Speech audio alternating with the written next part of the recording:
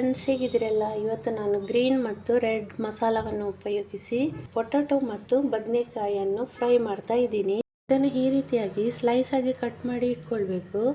2 ಟೈಪಲ್ಲಿ ಫ್ರೈ ಮಾಡ್ತಾ ಇದ್ದೀನಿ. ಗ್ರೀನ್ ಮಸಾಲ ಮಾಡೋದಕ್ಕೆ ಏನೆಲ್ಲ ಇಂಗ್ರೀಡಿಯೆಂಟ್ಸ್ ಬೇಕಂತ ನೋಡುವ. ಸ್ವಲ್ಪ ಕೊತ್ತಂಬರಿ ಸೊಪ್ಪು ಹಾಕೊಳ್ತಿದ್ದೀನಿ, 3 ಹಸಿಮೆಣಸು, ತುಂಡು ಶುಂಠಿ, 7 ಎಸಳು ಬೆಳ್ಳುಳ್ಳಿ ಹಾಕೊಳ್ತಿದ್ದೀನಿ, 1 ಸ್ಪೂನ್ ಆಗುವಷ್ಟು ಕರಿಮೆಣಸು ಹಾಕೊಳ್ತಿದ್ದೀನಿ, ಸ್ವಲ್ಪ ಉಪ್ಪು.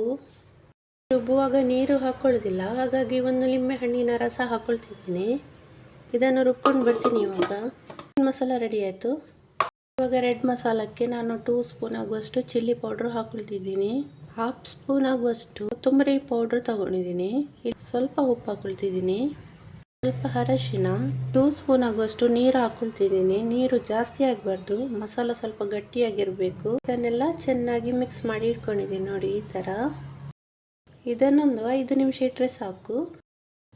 ಇವಾಗ ಫ್ರೈಂಗ್ ಪ್ಯಾನ್ಗೆ ಸ್ವಲ್ಪ ಎಣ್ಣೆ ಹಾಕೊಳ್ತಿದ್ದೀನಿ. ಇವಾಗ ಒಂದೊಂದೇ ಗ್ರೀನ್ ಮತ್ತು ರೆಡ್ ಬದನೆಕಾಯಿ ಮತ್ತು ಆಲೂಗೆಡ್ಡೆಯನ್ನು ಫ್ರೈ ಮಾಡ್ತಾ ಹೋಗುವ. ಒಂದು ಸೈಡ್ 2 ನಿಮಿಷ ಆಗಿದೆ. ಇವಾಗ ಇನ್ನೊಂದು ಸೈಡು ವಾಪಸ್ ಫ್ರೈ ಮಾಡ್ತಾ ಇದ್ದೀನಿ.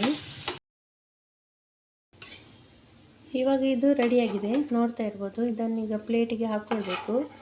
ಈ ನನ್ನ ರೆಸಿಪಿ ನಿಮಗೆ ಇಷ್ಟವಾದಲ್ಲಿ ಲೈಕ್, ಶೇರ್ ಮಾಡೋದನ್ನು ಖಂಡಿತ ಮರಿಬೇಡಿ. ಮತ್ತು ನನ್ನ ಚಾನಲ್ಗೆ ಸಬ್ಸ್ಕ್ರೈಬ್ ಆಗಿ. ಮುಂದಿನ ಹೊಸ ರೆಸಿಪಿಯೊಂದಿಗೆ ಭೇಟಿಯಾಗೋಣ. ಅಲ್ಲಿ